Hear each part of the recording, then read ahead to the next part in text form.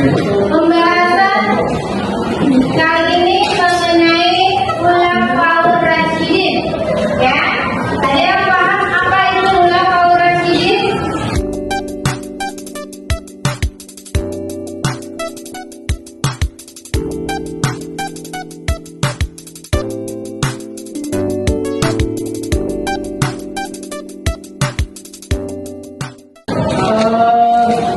Ayo dibantu yang tahu, yang khalifah.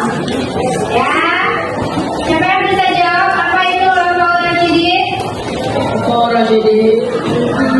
Adakah? Bantu ya Khulafaur Rasyidin. Atau Khulafa Ar-Rasyidin berasal dari dua kata, yaitu khalifah atau khulafa. Ya, yang artinya, ada yang tahu artinya dari khalifah? Pemimpin, ya, pemimpin atau pengganti. Dan kata rasyid itu adalah orang yang mendapat petunjuk. Jadi menurut bahasa Khulafaur Rasyidin yaitu orang yang ditunjuk sebagai pengganti atau pemimpin yang selalu mendapat petunjuk dari Allah Subhanahu wa Ta'ala. Ya. Ada berapa Khulafaur Rasyidin? Ada 4. Beliau adalah sahabat-sahabat Nabi. Siapa saja yang pertama? Lalu Umar bin Khattab. Lalu siapa lagi? Sudah kenalan dengan mereka? Kenalan di mana? Ya, yang hari ini akan dibahas adalah yang pertama. Yang Khulafaur Rasyidin yang pertama siapa? Abu Bakar As-Siddiq radhiyallahu anhu.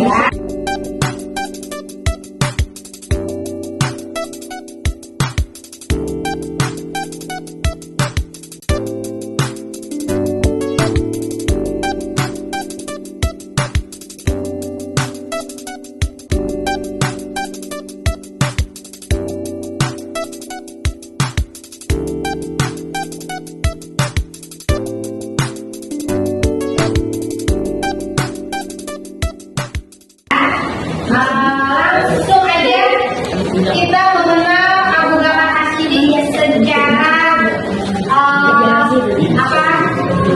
secara lebih mendalam. Ya, kita lihat ciri khasnya Abu Bakar As-Siddiq itu seperti apa.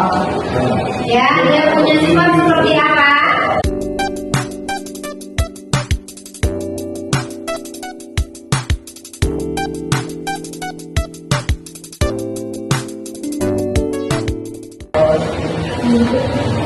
Sifatnya Abu Bakar As-Siddiq itu yang pertama adalah rendah hati. Artinya tidak sombong, ya. Lalu berhati tenang. Lalu sederhana dan penyabar. Selanjutnya beliau adalah adil. Dan apapun keputusan yang diambil selalu melalui proses musyawarah. Selanjutnya dermawan. Apa itu dermawan? Dermawan suka menolong, ya, suka menolong sesama, menolong kaum yang tertindas dan selalu membenarkan berita dari Rasulullah. Ya, yakin kan? Semua berita yang berasal dari Rasulullah adalah benar, ya. Oke, selanjutnya mengenal Abu Bakar. Ada yang tahu nama lengkapnya Abu Bakar? Abdul Ka'bah. Oh, nama lengkapnya adalah Abdullah bin Abu Quhafa Al-Tamimi, ya. Yang pada zaman pra-Islam dia bernama Abdul Ka'bah.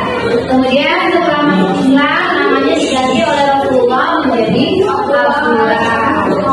Ya, beliau adalah sahabat paling dekat dengan Rasulullah. Abu Bakar dilahirkan di kota mana?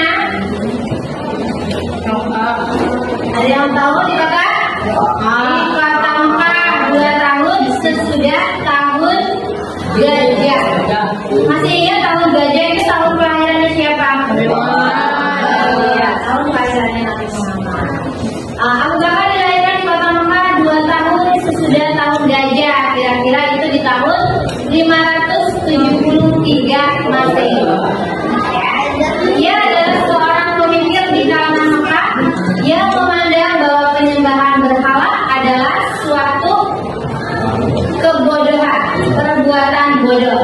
Ya, beliau pada zaman itu sudah memakai logika bahwa untuk apa menyembah berhala? Berhala itu apa sih?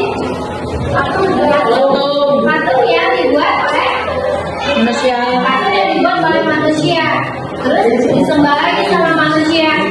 Ya, kalau orang yang memang punya akal yang cerdas, paham untuk apa kita bikin sendiri, kita sembah sendiri. Ya, ya Pak? Ya. Iya. Masa kita bikin sendiri, kita sembah sendiri, itu nggak mungkin. Karena itu ketika beliau diajak oleh Rasul untuk memeluk agama tauhid, yaitu agama Islam, dengan segera menerimanya. Ya, dan Abu Bakar merupakan orang pertama masuk Islam dari kalangan kaum laki-laki. Jadi laki-laki yang pertama masuk Islam mengikuti jejak Rasul adalah Abu Bakar. Oke.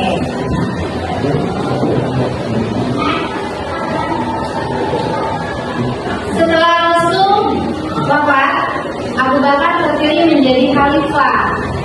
Ya, setelah memerintah selama 2 tahun, Abu Bakar wafat pada tanggal 23 Jumadil Akhir 13 Hijriah pada usia 63 tahun. Ya, Abu Bakar lahir 2 tahun setelah Rasul lahir. Abu Bakar wafat 2 tahun setelah Rasulullah.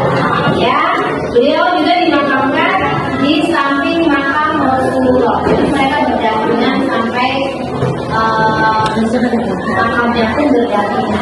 Ya, beliau dikenal oleh para sahabat sebagai khalifah yang sangat taat kepada Allah dan Rasulnya, serta berbudi luhur, tidak sombong dan amat sederhana. Sahabat Rasul saja tidak sombong, sederhana. Ada nggak di antara kita yang masih bersikap sombong? Ada. Ada nggak? Ada. Ada di sini yang sombong? Ada. Tapi juga sahabat Nabi. sahabat Nabi. Siapa yang sombong? Kenapa sombong? Oh, tengil, bukan sombong. Kalau sombong tuh, kalau kita merasa punya sesuatu yang lebih daripada yang lain, ya. Mungkin dia merasa paling ganteng,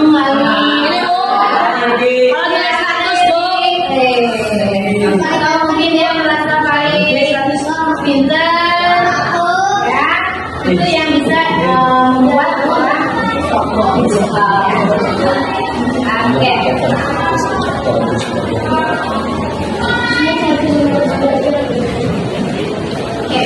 Abu Bakar punya berbagai prestasi, ya. Apa saja yang bisa kalian sebutkan yang sudah kalian tahu prestasi dari Abu Bakar?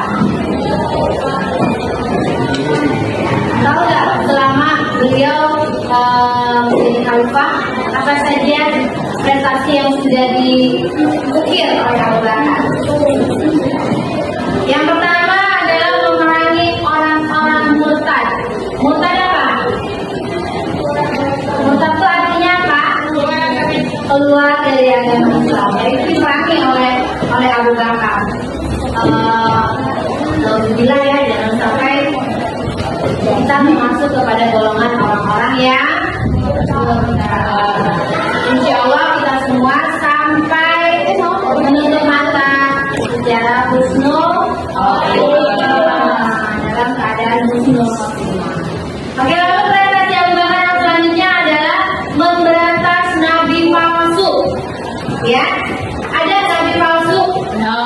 Ya, sampai saat ini pun ada yang mengaku sebagai nabi. Ya, kira-kira itu tujuannya untuk apa? Nabi palsu itu tujuannya untuk apa ya? Iya ya, dia tahunya apa? Menyesatkan umat ya. Nah itu diberantas oleh Abu Bakar. Abu Bakar. Lalu beliau juga yang melakukan pengumpulan dan penulisan ayat Al-Quran. Jadi diperbanyak, ditulis lagi, diperbanyak. Jadi umat Islam kalau mau baca Al-Quran bisa di mana saja.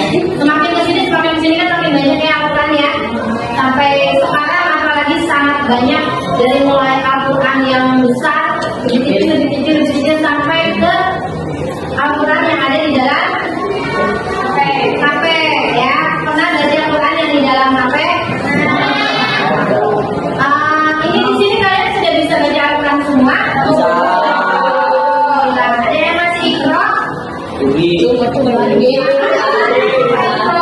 Yang penting kan kalian sudah dari ikro itu kan nanti terus insya Allah bisa sampai ke Al-Quran. Ada yang belum bisa baca Al-Quran? Atau masih terbata-bata masih ada? Di sini kan ada kelas tafsir, ya ada kelas tafsir. Bisa dipelajari. Seumur kalian tuh masih gampang masuk ya. Kalau udah seumur ibu nih udah susah ngapalin. Jadi mumpung kalian masih seumur berapa sih kalian? 14, 15? 13, masih ada 13, masih kecil anaknya. Jadi nggak usah yang mikir karena nggak bisa baca Quran. Yang penting kalian mau belajar. Ada itu sama vaksin? Itu semua? Ya.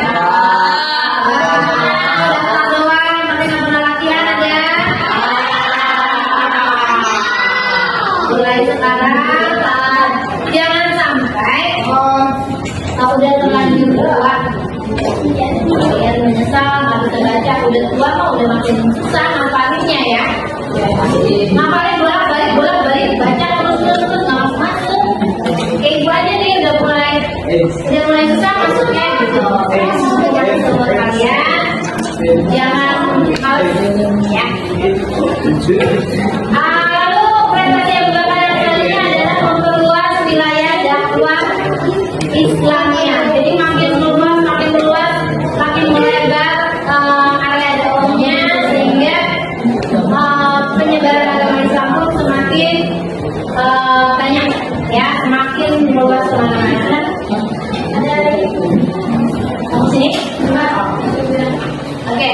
Karakter Abu Bakar As-Siddiq yang bisa diteladani. Budak. Ya, diteladani itu apa? Ikuti. Ya, contoh, ikuti karakternya Abu Bakar As-Siddiq yang seperti apa? Yang bisa kalian teladani. Yang tadi yang pertama itu sudah bilang, beliau tidak sombong, ya, berhati dan tidak sombong, lalu tenang, artinya tidak emosi ya dalam menghadapi masalah apapun, sederhana, penyabar, adil, dermawan. Itu yang tadi kita bahas di awal. Itu sebaiknya memang diteladani oleh seluruh umat Islam. Kenapa ya?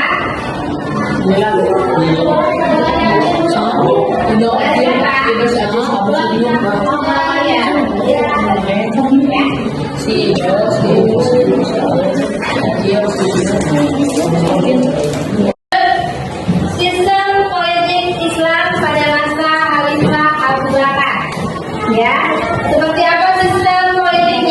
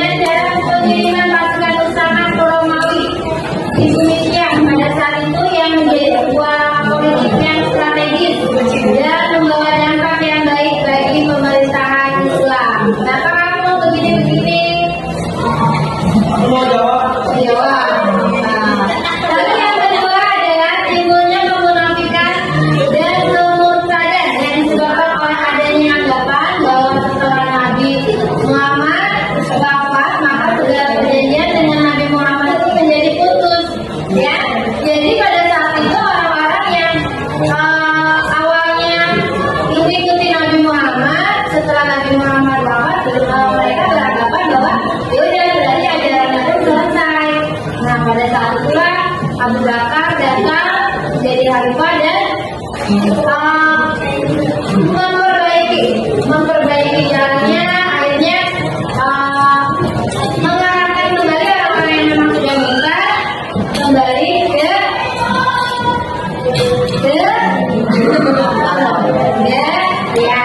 ajaran Nabi Muhammad.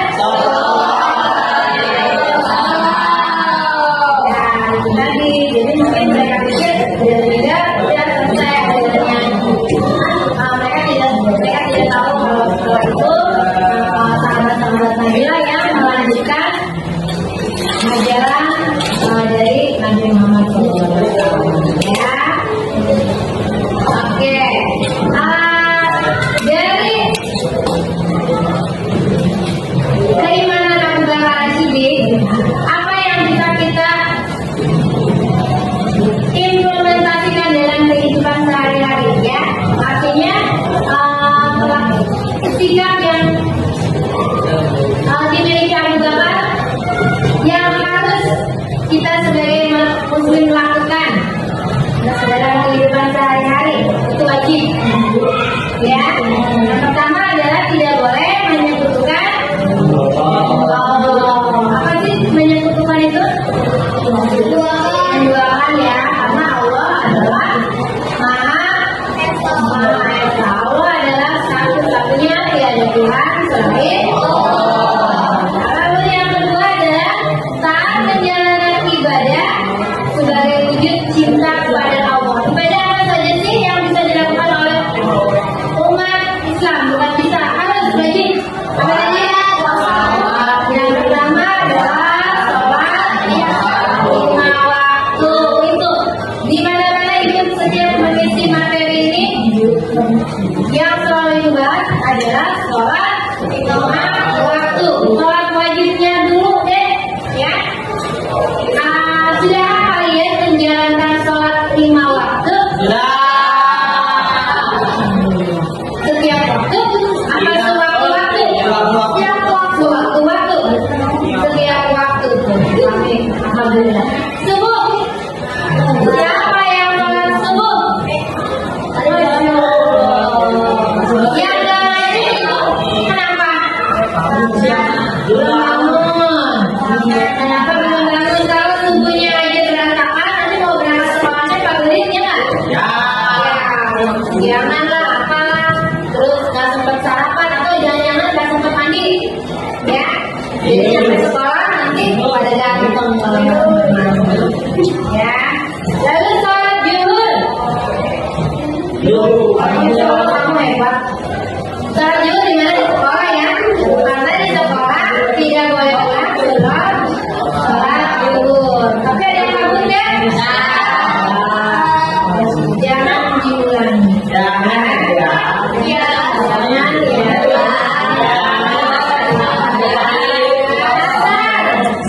Salat asar, alhamdulillah. Ada yang masih habis masak pergi ke pengajian, ke madrasah atau ke terusnya ada yang di rumahnya Ustaz gitu, ada masih ngaji gitu. Habis maghrib. Nggak ada lagi penggantinya? Kamu atau yang kerja? Kamu pengganti Ustaznya, ya.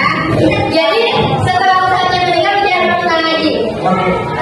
Tapi udah bisa ngaji, ikut di sekolah, ya. Oke, maghrib gimana maghrib? Sering apa? Sering itu berarti kan gak rutin dong. Misalnya dari 60 hari, 9 hari yang ngerjain. Nggak setiap hari dong? Selalu ya mengerjakan sholat maghrib. Kalau bisa tiduran. Ya, alhamdulillah, insya Allah semuanya sore dan lalu ibadah apa lagi selain sholat? Ujung-ujung lah haji. Oh, haji.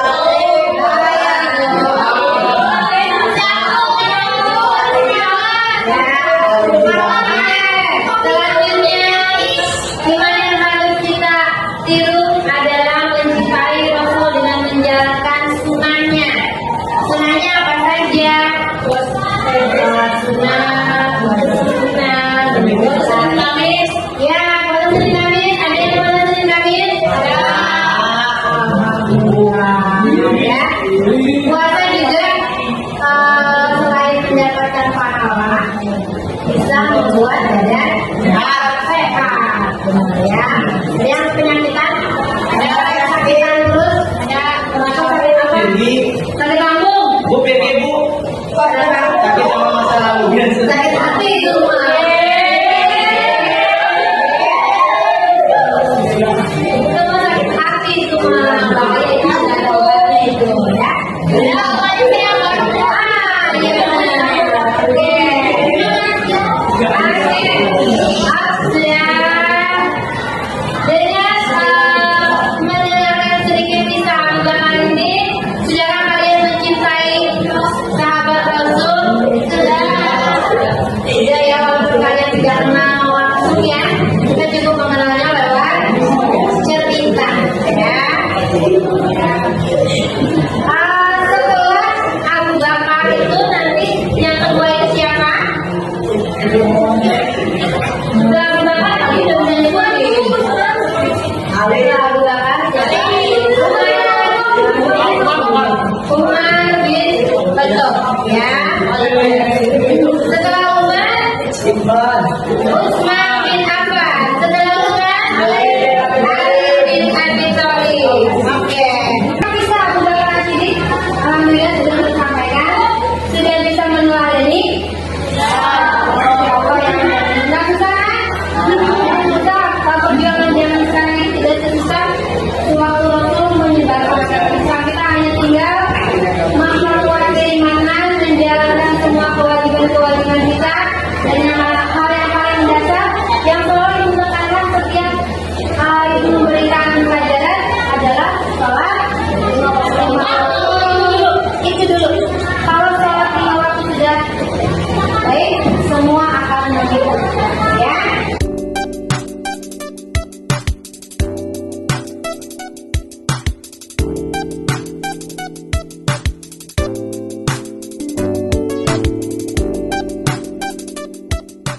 Oke, perjalanan kita ini akan mengikuti ya. Oke, sampai sini. Insyaallah kita ketemu lagi. Assalamualaikum warahmatullahi wabarakatuh. Waalaikumsalam.